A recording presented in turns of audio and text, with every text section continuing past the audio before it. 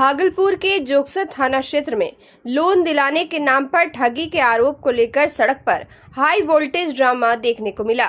रुपए वापस नहीं मिलने से नाराज एक महिला ने अपने बेटों के साथ मिलकर युवक की सरेआम पिटाई कर दी। मामला मोक्षदा स्कूल के पास का बताया जा रहा है, जहां प्रियंका देवी नाम की महिला ने मुकेश नामक युवक पर 3 लाख रुपए की ठगी का आरोप लगाया। महिला का कहना है कि मुकेश ने लोन दिलाने का झांसा देकर पैसे लिए थे, लेकिन ना तो लोन दिलवाया और ना ही रुपए वापस किए। आरोप है कि पैसे की मांग को लेकर प्रियंका देवी ने अपने बेटों के साथ मुकेश को बुलाया और सड़क पर ही उसकी पिटाई शुरू कर दी। महिला ने चप्पल और हेलमेट से हमला किया, जबकि बेटों ने लात घूंसों से मारपीट की।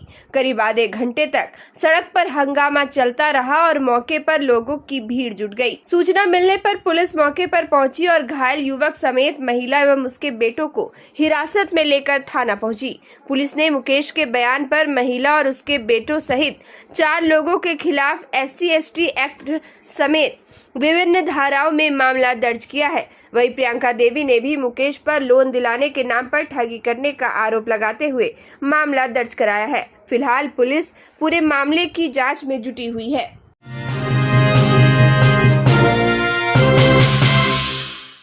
भागलपुर के मधुसूदनपुर थाना क्षेत्र अंतर्गत नवटोलिया भतुआचक गांव में घास काटने गई एक महिला की धारदार हथियार से गला रेत कर हत्या कर दी गई। घटना के बाद पूरे इलाके में सनसनी फैल गई है। मृतका की पहचान भतुआचक निवासी स्वर्गीय वैद्यनाथ मंडल की 50 वर्षीय पत्नी रुक्मणी देवी के रूप में हुई है। जानकारी के अनुसार रुक्मणी देवी घर से करीब 500 मीटर दूर खेत में घास काटने गई थी, लेकिन देर शाम तक वापस नहीं लौटी। इसके बाद उनका बेटा अमित कुमार मोबाइल की रोशनी में उन्हें खोजने निकला, जहां खेत में खून से लथपथ उनका शव पड़ा मिला। शव के पास घास का बोझा भी बरामद हुआ। घटना की सूचना मिलते ही मधुसूदनपुर थाना पुलिस मौके पर पहुंची और जांच शुरू कर दी। FSL टीम को भी बुलाया गया। बाद में सिटी SP शैलेंद्र सिंह और सिटी DSP 2 राकेश कुमार ने घटनास्थल का निरीक्षण कर परिजनों से पूछताछ की। मृतका के बेटे अमित कुमार ने पड़ोस के 4 से 5 लोगों पर हत्या का आरोप लगाया है। उनका कहना है कि 5 दिन पहले पड़ोसियों से विवाद हुआ था। पड़ोसी के ट्रैक्टर की बैटरी चोरी होने पर उनके भतीजे पर आरोप लगाया गया था, जिसका विरोध करने पर जान से मारने की धमकी दी गई थी। वहीं मृतका की बेटी ने भी गंभीर आरोप लगाते हुए कहा कि गांव का एक व्यक्ति उसकी मां का खेत जाने के दौरान पीछा करता था। 5 दिन पहले उसकी मां ने इस बात की जानकारी दी थी, लेकिन विवाद बढ़ने के डर से बेटे को बताने से मना कर दिया था। परिजनों के अनुसार हमलावरों ने पहले महिला के पैर पर हमला किया, जिससे वह जमीन पर गिर गई। इसके बाद आरोपियों ने उन्हें दबोच कर गले पर धारदार हथियार से वार कर हत्या कर दी। शव पर गले और पैर में गहरे जख्म पाए गए हैं।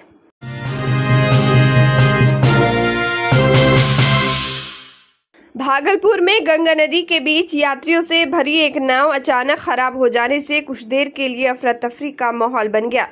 हालांकि समय रहते SDRF की टीम ने मौके पर पहुंचकर सभी यात्रियों को सुरक्षित बाहर निकाल लिया। जानकारी के अनुसार सवारी से भरी नाव महादेवपुर गंगा घाट से भागलपुर के बरारी गंगा घाट की ओर आ रही थी। इसी दौरान बीच गंगा में नाव का इंजन अचानक खराब हो गया, जिससे नाव धारा के बीच फंस गई। नाव रुकते ही यात्रियों में दहशत फैल गई और लोग मदद की गुहार लगाने लगे। घटना की सूचना मिलते ही SDRF की टीम तत्काल मौके पर पहुंची। टीम ने तेजी से रेस्क्यू ऑपरेशन चलाते हुए सभी यात्रियों को सुरक्षित बाहर निकाला और खराब नाव को किनारे तक पहुंचाया। प्रकाश सेतु के क्षतिग्रस्त होने के बाद भागलपुर और नौगछिया के बीच लोगों के आवागमन के लिए नाव ही मुख्य सहारा बनी हुई है। ऐसे में गंगा घाटों पर यात्रियों की संख्या लगातार बढ़ रही है।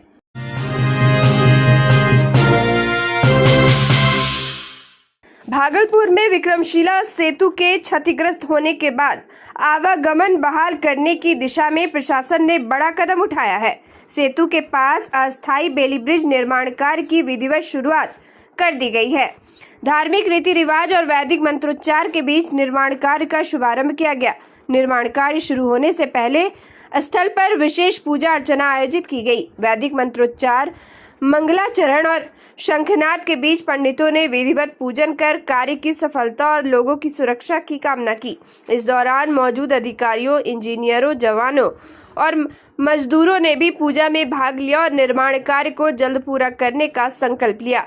निर्माण स्थल पर सड़क विभाग, सुरक्षा एजेंसियों और तकनीकी टीम के अधिकारी मौजूद रहे। साथ ही बड़ी संख्या में मजदूर और आर्मी के जवान भी काम में जुटे नजर आए। बताया जा रहा है कि बेली ब्रिज निर्माण की जिम्मेदारी विशेष तकनीकी टीम और सुरक्षा बलों को सौंपी गई है, ताकि कम समय में मजबूत और सुरक्षित वैकल्पिक पुल तैयार किए जा सके। सूत्रों के अनुसार पुल निर्माण के लिए आवश्यक भारी मशीनों एवं सामग्री पहले ही मौके पर पहुंच चुकी है। निर्माण कार्य युद्ध स्तर पर शुरू कर दिया गया है और दिन रात मजदूर एवं इंजीनियर काम में लगे हुए हैं। अधिकारियों का कहना है कि यदि मौसम अनुकूल रहा तो अगले 15 से 20 दिनों के भीतर इस मार्ग पर दोबारा आवागमन शुरू किया जा सकता है। विक्रमशिला सेतु क्षतिग्रस्त होने के बाद भागलपुर, नौगछिया और आसपास के जिलों के लोगों को भारी परेशानियों का सामना करना पड़ रहा है। खासकर छात्रों, मरीजों, व्यापारियों और रोजाना सफर करने वाले लोगों की मुश्किलें बढ़ गई थी। ऐसे में बेली ब्रिज निर्माण शुरू होने से लोगों में जल्द राहत मिलने की उम्मीद जगी है।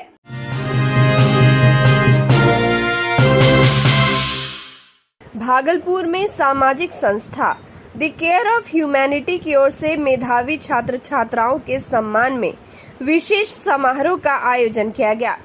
कार्यक्रम में 10वीं और 12वीं परीक्षा में उत्कृष्ट प्रदर्शन करने वाले छात्र छात्राओं को मेडल, मोमेंटो और प्रशस्ति पत्र देकर सम्मानित किया गया। कार्यक्रम में मुख्य अतिथि के रूप में सदर एसडीओ विकास कुमार मौजूद रहे। वहीं डॉक्टर रूबी हेम्ब्रम, विशाल आनंद, मोहम्मद जीशान खान सहित कई गणमान्य लोग भी समारोह में उपस्थित रहे। कार्यक्रम के दौरान वक्ताओं ने कहा कि इस तरह के आयोजन का उद्देश्य बच्चों की प्रतिभा को निखारना और उन्हें आगे बढ़ने के लिए प्रेरित करना है।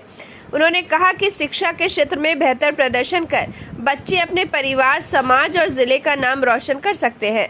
सम्मान पाकर छात्र छात्राओं के चेहरे पर खुशी देखने को मिली। वहीं अभिभावकों ने भी संस्था के इस प्रयास की सराहना करते हुए इसे बच्चों के उज्जवल भविष्य के लिए प्रेरणादायक बताया। समाज के विशिष्ट लोगों को उनके द्वारा उन बच्चियों को सम्मानित किया जो 10th और 12th में अपनी कामयाबी का परचम लहराया, और ताकि उनकी आगे की जिंदगी आसान हो सके और वो शिक्षा की ज्योति जला सकें। क्योंकि आज एक ऐतिहासिक पल है और ऐतिहासिक दिन है, और ये अंग जनपद में, अंग प्रदेश में इसका कार्यक्रम, मुस्लिम समुदाय में बच्चों का कार्यक्रम पहली बार हुआ है और आगाज़ इतना अच्छा है तो अंजाम भी बड़ा होगा।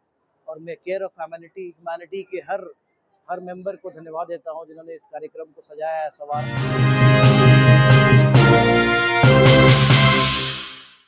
भागलपुर में आर्ट ऑफ गिविंग संस्था के 13 वर्ष पूरे होने के अवसर पर भवनाथपुर स्थित एक निजी विद्यालय में विशेष कार्यक्रम का आयोजन किया गया। कार्यक्रम में समाज सेवा और खेल प्रोत्साहन को लेकर कई महत्वपूर्ण पहल की गई। इस मौके पर भागलपुर के नगर विधायक रोहित पांडे, जिला खेल पदाधिकारी जय नारायण कुमार, समाजसेवी विजय कुमार यादव और दीपक शर्मा सहित कई गणमान्य लोग मौजूद रहे। कार्यक्रम के दौरान आर्ट ऑफ गिविंग संस्था की ओर से भागलपुर के विभिन्न खेल क्लबों के खिलाड़ियों के बीच वॉलीबॉल और नेट का वितरण किया गया। अतिथियों ने कहा कि खेल युवाओं के शारीरिक और मानसिक विकास में अहम भूमिका निभाता है और इस तरह के आयोजन समाज में सकारात्मक संदेश देने का काम करते हैं। वक्ताओं ने संस्था के कार्यों की सराहना करते हुए कहा कि आर्ट ऑफ गिविंग पिछले 13 वर्षों से समाज सेवा के क्षेत्र में लगातार बेहतर कार्य कर रही है और युवाओं को खेल एवं सामाजिक गतिविधियों से जोड़ने का प्रयास कर रही है।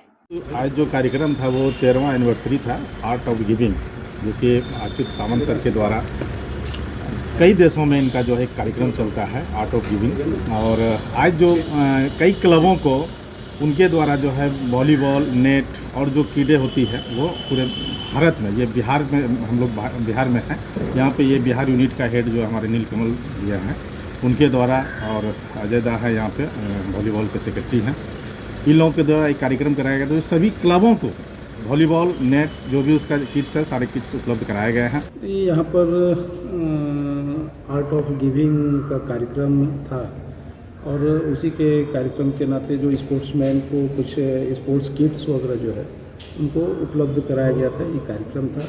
और वास्तव में हमारा तो पहली बार इस खेल भवन में आना हुआ है और जिस प्रकार की सुविधा और जिस स्तर का यह खेल भवन है, वास्तव में हमको लगता है कि बिहार में जो है कुछ ही ऐसे खेल भवन होंगे जो कि इतने साधन संपन्न और इतने सुव्यवस्थित चल रहे हैं।